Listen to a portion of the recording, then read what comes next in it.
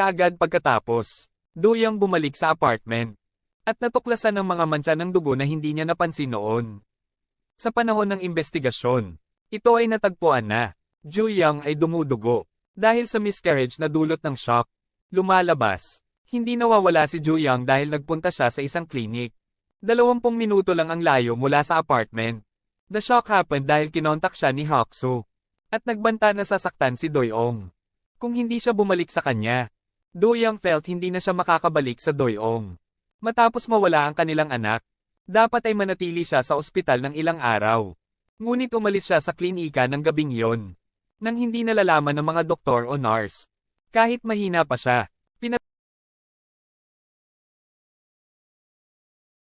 pinatunayan ng impormasyong ito na inosente si Doyoung. At walang alam tungkol sa kasalukuyang kinaroroonan ni Doyoung. Bukod pa dun, nakakita si Yumi ng ebidensya mula sa black box at sa sasakyan ni Doyoung. Ipinapakita yon sa unang 3 araw ng pagkawala ni Doyoung. Paikat-ikot lang siya para hanapin siya. And the number na tumatawag si Doyoung. Hindi talaga hak kung sino ang numero. Ito ay pag-aari ng isang taong walang tirahan. At ginamit ng Hak-soo bago itinapon. Sa oras na iyon, nakonsensya si Yumi sa pagbibintang kay Doyoung ng walang dahilan. At gustong humingi ng tawad. Ngunit tumanggi siyang lumabas ng kanyang apartment. Lumabas lang siya kinabukasan para hanapin ka. Pero pagdating niya sa Tagyu Company, umupo siya tagmo. Dinadala ng 3 lalaki na bumubugbog sa kanya. Sa una, gusto mo bang huminto sa pakikipag-usap para aitag ka? Pero makalipas ang ilang minuto, he decided to rescue Tagyu mula sa 3 lalaki.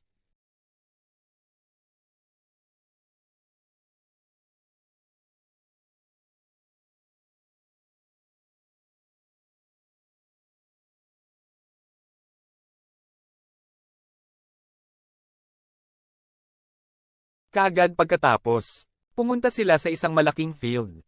Kung saan nagsimula siyang magtanong sa iyo tungkol sa Doyoung. Tagsabi mo wala siyang kakilala named Doyoung. Pero may kilala siyang babae na nagngangalang Yoon Juhee. Sa pamamagitan ng kanyang kapatid. Min-soo yon. Take you explanation that Jo nagtatrabaho siya sa isang club. And Min-soo used her as collateral sa utang niya. Para ihatid ka. When Doyoung realized Doyoung was actually Juhee. Sinabi sa kanya ang tungkol sa pagkamatay ni Min-soo. At pagkatapos ay wala na ito sa kanyang kontrol. Yung mga lalaking gustong kunin ka, ay ipinadala ng mga solver ng problema, na nagbayad ng mga lalaking patay na. And akala mo may kinalaman ito kay Juhee. Sa kalagitnaan ng kanilang pag-uusap, Director so-called tag na tinatanong mo kung nasaan siya. Bigla, Doyoung grab ang telepono mula sa tag mo. At inalok ng deal para dalhin ka sa direktor kaya. At sasagutin niya ang lahat ng tanong ng mga kabataan. While Doyoung ay ginulo. Taglay mo ang stun gun sa backseat. And shock Doyoung hanggang sa mawalan siya ng malay. Direktor kaya inutusan ng kanyang mga tauhan na subaybayan si Doyoung. At dalhin siya sa opisina.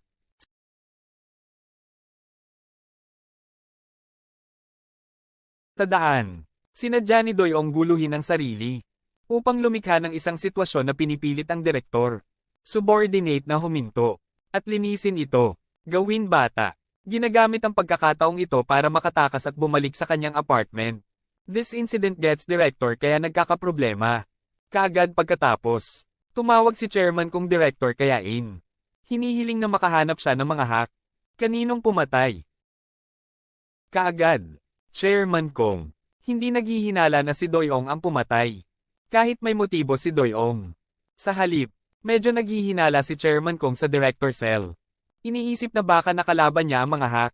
Kaya, samantalang si Jungwa ay kasama ng Yuni, na nag-iimbestiga sa kaso. Doon napagtanto ni Yumi. Ang investigasyon ni Doyoung ay higit pa sa kanya.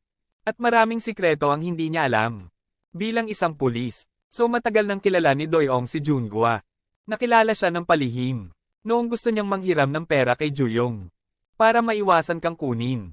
Inilihim ni Doyoung ang pagpupulong na ito. Dahil gusto niyang itago ang nakaraan niya kay Doyoung. Iniisip pa rin niya na wala siyang alam. Sa susunod na araw, ang pagsisiyasat ni Doyoung ay humantong sa kanya pabalik sa Taegu. Kailangan niya itong makilala para makahanap ng loan shark leader. Ngunit handang tumakas si Taegu. Nagiging mas mapanganib ang sitwasyon. When Director So confronts Jungwa, pinipilit siyang ibunyag ang kinaroroonan ni Doyoung. Iginiit ni Jungwa na hindi niya alam kung nasaan si Joyoung. Ngunit kapag hinanap ang kanyang telepono, nakahanap sila ng numerong konektado kay Joyoung. Mula sa lugar ng Insong. Lumalabas, sumilong si Joyoung sa ingkan. At tumira kasama si Lee Jin-suk, isang babae na dati ring nagtatrabaho sa club.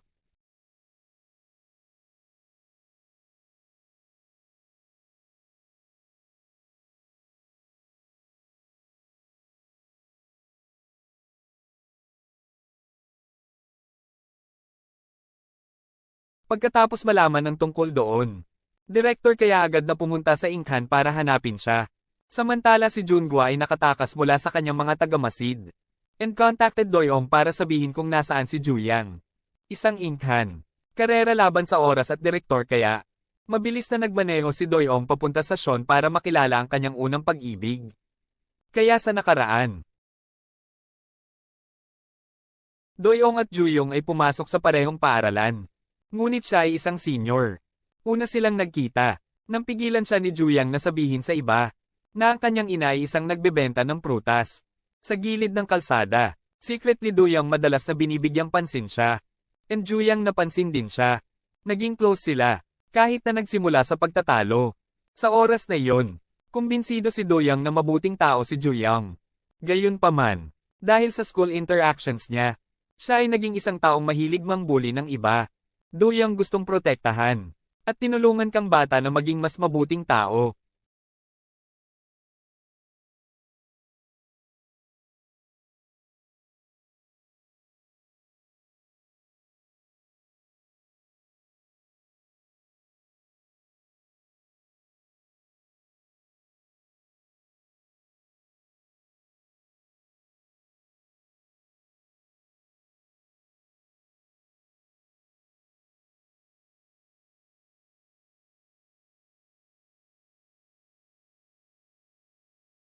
Pagkatapos ng isang insidente, saan mo tinulungan bata? Noong siya ay binubuli at muntik ng masaktan. Kinailangan ni Doyoung lumipat ng paaralan. Sinigurado ng kanyang ina, lahat ng mga bata na nagdudulot ng mga problema, ay inilipat o pinatalsik. Kahit pagkatapos nito, Doyoung still met Juyang paminsan-minsan. Nakita siya ni Doyoung sa bangko. Dahil nagustuhan ni Juyang ang paligid ng pera. Ito rin ang dahilan kung bakit nagpasya siyang magtrabaho sa isang bangko. Nagkunwari siyang hindi nakilala si Juyang. Dahil hiniling niya sa kanya na ilihim ang kanyang nakaraan. Noong sila ay sa paaralan. Ngayon kahit alam na niya ang lahat ng nakaraan ni Juyang. Doyoung patuloy na naghahanap para sa kanya sa pulgada sa kabilang banda. Director So's subordinate. Natagpuan si Jin-suk sa isang beachside restaurant. Matapos siyang tanungin, nalaman nilang nasa pantalan si Juyang. Kaagad pagkatapos, dumating ang mga bata, and Jin-suk nakilala siya at pinapunta sa pantalan. Samantala, nakita ka ng mga tauhan ni Director So na bata ka. Sinaktan siya at pinatalsik. Kinuha nila siya, but Doyoung managed to find at halos iligtas siya. Gayunpaman, siya ay outnumbered at nawala, na nagresulta sa muling pagkuha kay Juyong. Sa oras na iyon, Director kaya baka maalis siya, dahil alam niya ang mga sikreto ng kanilang nakaraan. 3 taon na ang nakalipas. Noong si Juyang ay isang impormante. Director kaya nalaman na. Nag-record siya ng pakikipag-usap kay Hoksu. Para ibigay sa'yo ako. Sa halip na isumbong siya. Director kaya nag-alok na magtulungan. Hiniling niya sa'yo na bata na makakuha ng isang mas mahusay na pag-record. At nangakong bibigyan siya ng pera. Para mabayaran ang utang ng kanyang ama. Mag-isa Peiteng. Pero kinailangan siyang tulungan ni Juyong na maalis ang Hoksu. Now director kaya siguro natatakot yon. Chairman kung malalaman ang pagtataksil niya, na maaaring maglagay sa kanyang buhay sa panganib. Samantala, Doyoung tuluyang nagkamalay. Agad na nakipag-ugnayan sa Uni. At hiniling sa kanya na subaybayan ng isang cellphone. Lihim siyang nadula sa direktor kaya, bulsa ng subordinate. Balak nilang alamin kung saan dinala si Juyang. Gamit ang cellphone na iyon. Habang pagiging dinala, nagising si Juyang. At nagawang magdulot ng kaguluhan sa sasakyan.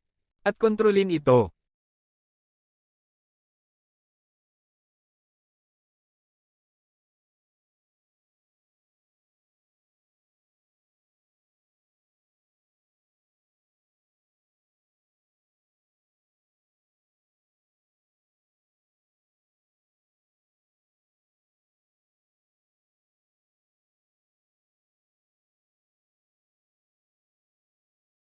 Task ko para bilasan mo.